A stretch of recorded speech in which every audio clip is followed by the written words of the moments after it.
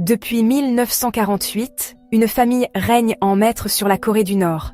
Une dynastie unique dans le monde communiste. Découvrez l'histoire fascinante de la famille Kim, héritier du mont Paektu. Kim Il-sung, né à Mangyongdae, a mené la résistance contre l'occupation japonaise dans les années 30.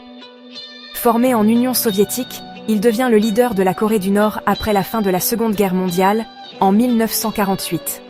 La division de la péninsule en deux États marque le début de sa dynastie. Kim Il-sung établit un culte de la personnalité, associant sa figure à la philosophie du Juche, une idéologie d'autosuffisance nationale. Son règne de 46 ans est marqué par la guerre de Corée, une tentative d'unification et la consolidation du pouvoir familial. Son fils, Kim Jong-il, devient son héritier. Nommé officiellement lors du 6e congrès du parti en 1980, il hérite d'un pouvoir renforcé dans les années 90. Sa gouvernance est aussi marquée par un culte de la personnalité et une militarisation accrue. Après la mort de Kim Jong-il en 2011, son fils, Kim Jong-un, devient le dirigeant suprême.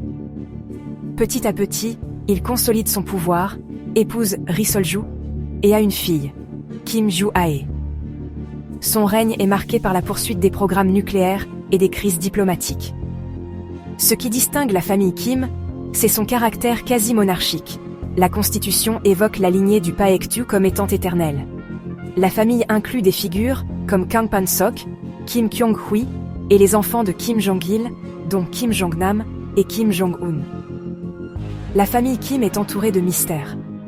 La mort de Kim Jong-nam, l'assassinat à Kuala Lumpur et les luttes de pouvoir internes restent en grande partie inconnues. La dynastie maintient un contrôle strict sur l'information et la propagande. Depuis plus de 75 ans, la famille Kim dirige la Corée du Nord, transformant une résistance en une dynastie familiale. Leur avenir reste incertain dans un contexte international complexe. Merci d'avoir regardé cette plongée dans l'histoire de la dynastie Kim. N'oubliez pas de liker, commenter et vous abonner pour plus de vidéos sur l'histoire mondiale.